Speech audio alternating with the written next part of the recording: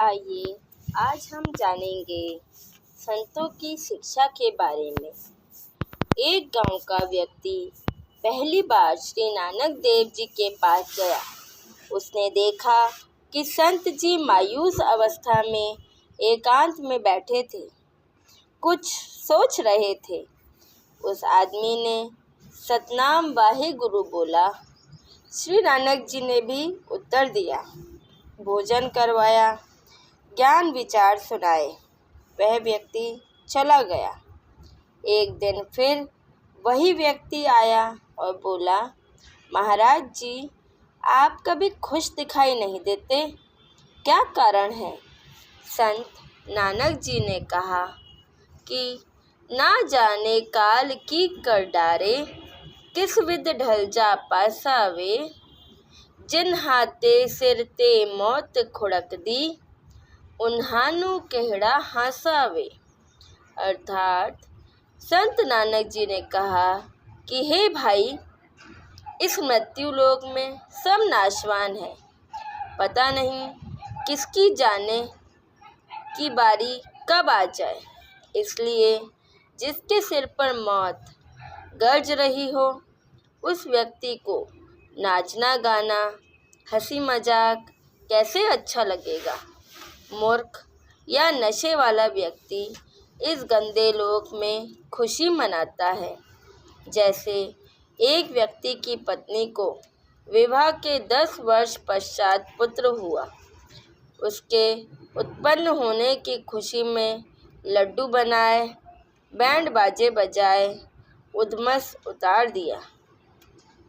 अगले वर्ष जन्मदिन को ही मृत्यु हो गई। कहाँ तो जन्मदिन की खुशी की तैयारी थी, कहाँ रोआ पीटी शुरू हो गई। घर नरक बन गया। अब मना लो खुशी। वह व्यक्ति यह सच्चाई सुनकर कांप गया और बोला कि हे प्रभु, आपकी बातें सत्य हैं, परंतु क्या आप कभी खुशी नहीं मनाते? श्री नानक जी ने उत्तर दिया कि खुशी मनाता हूँ।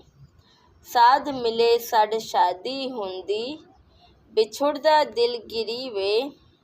अखदे नानक सुनो जिहाना, मुश्किल हाल फकीरी वे।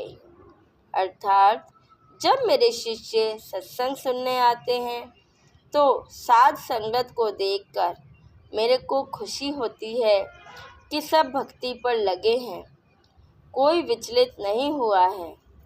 जब ये सत्संग के पश्चात जाते हैं तो मायूसी छा जाती है कि कहीं कोई सिरफिरा इनको भ्रमित करके परमात्मा से दूर ना कर दे।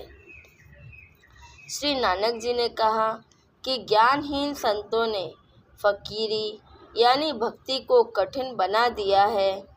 वे पूर्ण मोक्ष मार्ग जानते नहीं, भ्रमित करने को गुरु बने हैं, जो मीठी मीठी बातें बनाकर मेरे भक्तों को काल के जाल में ले जाते हैं।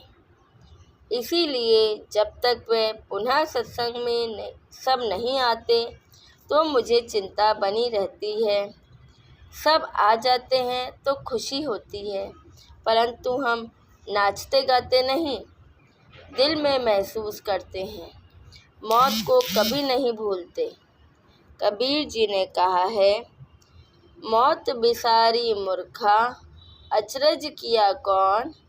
तन मिट्टी में मिल जाएगा, ज्यों आटे में लौन। कबीर साहिब जी कहते हैं कि हे मूर्ख मानव, तूने कैसा आश्चर्य कर रखा है कि मृत्यु को भूला है। तेरा शरीर एक दिन मृत्यु को प्राप्त होकर मिट्टी में मिल जाएगा। तेरा नामो निशान यानी चिन्ह भी दिखाई नहीं देगा, जैसे आटे में नमक मिलने पर दिखाई नहीं देता।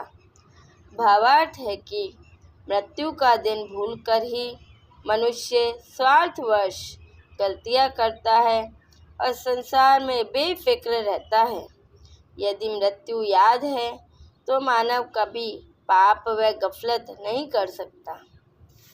अन्य उदाहरण के तौर पर कबीर जी ने एक कथा सुनाई है, जिसमें एक सेठ एक दिन एक संत के आश्रम में गया। संत की कृपा से उसको अच्छा लाभ हो गया। वह सेठ सेब, संतरे, केलों का बड़ा थैला भरकर गया। संत जी ने एक टोकरे में डाल दिए जिसमें फल प्रसाद रखते थे। सेठ 2 दिन बाद गया तो टोकरा फलों से भरा था। कुछ प्रसाद संत ने भक्तों को बांट दिया। कुछ भक्त फल प्रसाद लाए, वह टोकरे में डाल दिया। सेठ ने संत से कहा कि महाराज, आप फल क्यों नहीं खाते? संत जी बोले कि मेरे को मौत दिखाई देती है, इसलिए खाया नहीं जाता। सेठ ने पूछा, महाराज कब जा रहे हो संसार से? संत जी बोले, आज से 40 वर्ष पश्चात मेरी मृत्यु होगी। सेठ बोले, हे महाराज, यूँ तो सबने मरना है, फिर क्यों डरना? यह भी कोई बात हुई? इस तरह तो आम आदमी भी नहीं डरता। आप क्या बात कर रहे हो? सेठ जी दूसरे तीसरे दिन आए और इसी तरह की बात करें। उस नगरी का राजा भी उस संत जी का भक्त था।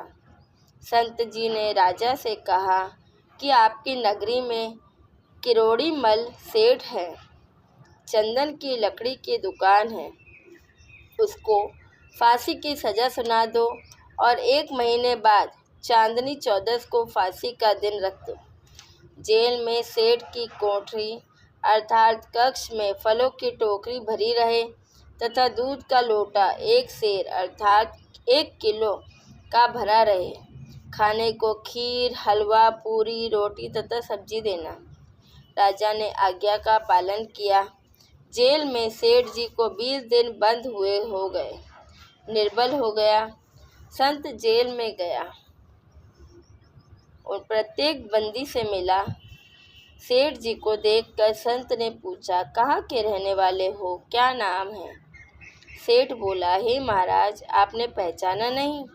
मैं किरोड़ी मल हूँ, चंदन की दुकान वाला। संत जी बोले, अरे किरोड़ी मल, तुम दुर्बल कैसे हो गए? कुछ खाते पीते नहीं?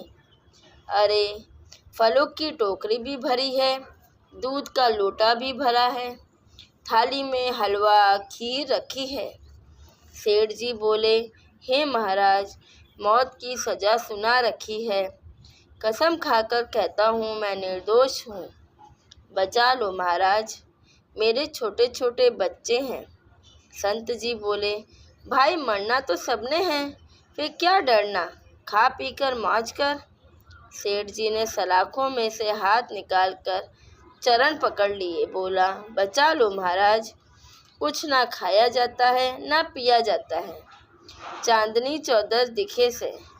संत ने कहा, सेठ किरोड़ी मल, जैसे आज तेरे को चांदनी 14 के मृत्यु निश्चित दिखाई दे रही है, इसी प्रकार साधु संतों को अपनी चांदनी 14 दिखाई देती है, चाहे 40 वर्ष बाद हो। आप अध्यात्म ज्ञानहीन प्राणी मस्ती मारते हो और अचानक मौत ले जाती है, कुछ नहीं कर पाते।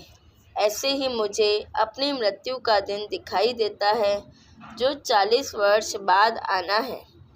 इस कारण से खाना पीना ठीक ठीक ही लिया जाता है। मस्ती मन में कभी नहीं आती, परमात्मा की याद बनी रहती है। आपकी ज्ञान की आँखों पर अज्ञान की पट्टी बंधी है जो सत्संग में खोली जाती है, जिससे जीने की राह मिल जाती है, मोक्ष प्राप्त होता है। संत ने राजा से कहकर सेठ को बरी करवा दिया। सेठ ने नाम लेकर अपना कल्याण करवाया। हमारे साथ बने रहने के लिए धन्यवाद।